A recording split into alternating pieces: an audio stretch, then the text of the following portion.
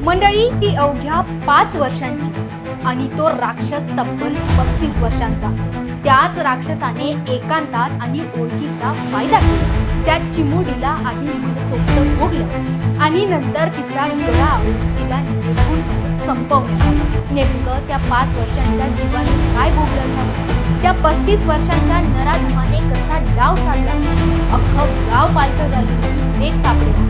घटनेच्या 12 तासानंतर या राक्षसाचा कसा पर्दाफाश झाला, त्यानंतर समोर आलं कुणाला न पचणारं किळसवाणं सत्य।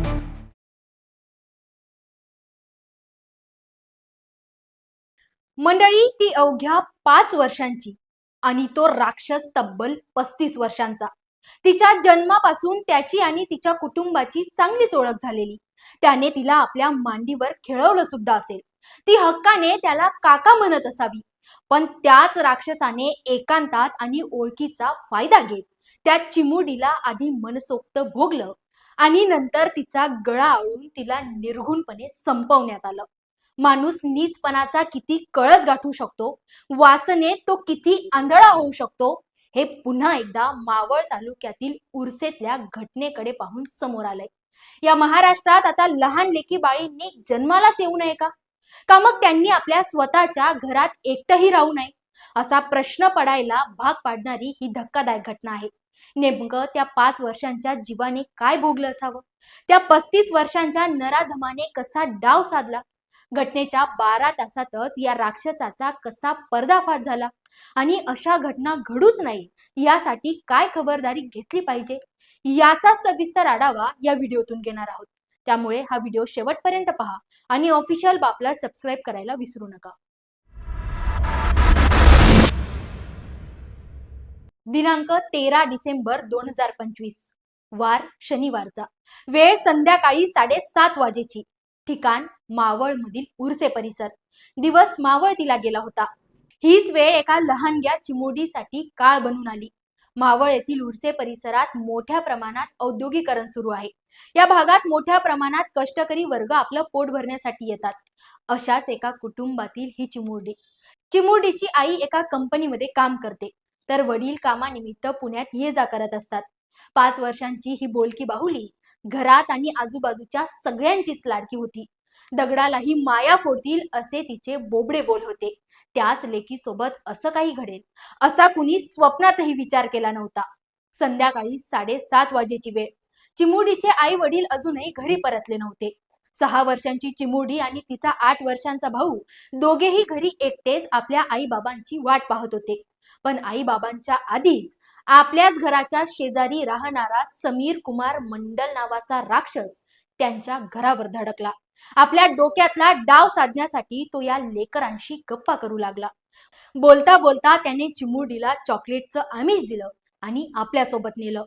घराशेजारी राहणारा काका आपल्याला चॉकलेट देतोय म्हणून त्या चिमुरडीनेही कसलाच विचार न करता त्या राक्षसावर विश्वास ठेवला। चॉकलेटच्या बहाण्याने तो नराधम तिला घरापासून अर्धा किलोमीटर दूर एका निर्जन स्थळी घेऊन गेला। ती चिमुरडी चॉकलेटच्या आशेने त्याच्यासोबत चालत होती आणि त्याच्या डोक्यात वासनेचा राक्षस थैमान घालत होता। कुणाला संशय येऊ नये म्हणून 1 ते 1.5 किलोमीटरच्या परिघात त्याने या चिमुरडीला फिरवलं सुद्धा आणि नंतर सुमसान जागा पाहून त्याने डाव साधला। त्या नराधमाने आधी तिला मनसोक्त भोगलं आणि नंतर तिच्याच पॅन्टने तिचा गळा आवळून तिला ठार मारलं। वासनेच्या पुजाऱ्याने एका 5 वर्षांच्या लेकीला, जी त्याच्या समोरच जन्माला आली, जिने डोळे बंद करून त्याच्यावर विश्वास ठेवला, तिलाच त्याने निर्घुणपणे संपवलं होतं। तिकडे चिमुरडीचे आई वडील कामावरून घरी परतले। आपली लेक घरी नाही म्हणून त्यांनी लेकीची शोधाशोध सुरू केली। अख्खं गाव पालथं घालूनही लेक सापडेना म्हणून चिमुरडीच्या आई बाबांनी थेट शिरगाव पोलीस ठाणे गाठलं। चिमुरडीच्या आई वडिलांनी रितसर पोलिसात तक्रारही दिली। ती तक्रार गुंडविरोधी पथकात सुद्धा मिळाली। त्या पथकानेही तात्काळ सूत्र फिरवली आणि त्यानंतर समोर आलं कुणालाच न पचणारं किळसवाणं सत्य। ज्या 5 वर्षांच्या लेकीचा शोध सुरू आहे, तिचा आधी बलात्कार झाला आणि नंतर तिला संपवण्यात आलं हे समोर आलं। पण हे राक्षसी कृत्य नेमकं केलं तरी कुणी? तो राक्षस नेमका होता तरी कोण? हे गूढ अजूनही कायम होतं। पोलिसांनी तात्काळ गावातील सीसीटीव्ही तपासायला सुरुवात केली आणि त्यातूनच 35 वर्षीय समीर कुमार मंडल हे नाव समोर आलं. हा राक्षस गेल्या 6 वर्षांपासून चिमुरडीच्या शेजारीच राहत होता. याचं 6 वर्षांपूर्वी लग्न सुद्धा झालं होतं. त्याच्या पत्नीला क्षयरोग झालेला आहे. पोलिसांनी दिलेल्या माहितीनुसार अपत्य प्राप्तीसाठी त्याच्या बायकोवर उपचार सुद्धा सुरू आहेत. याच राक्षसाने चॉकलेटचं आमिष दाखवून त्या लेकीला फूस लावली आणि निर्जन स्थळी नेलं आणि तिथंच याने आपली सगळी भडास काढली. हे सगळं सीसीटीव्ही मधून आता समोर आलंय.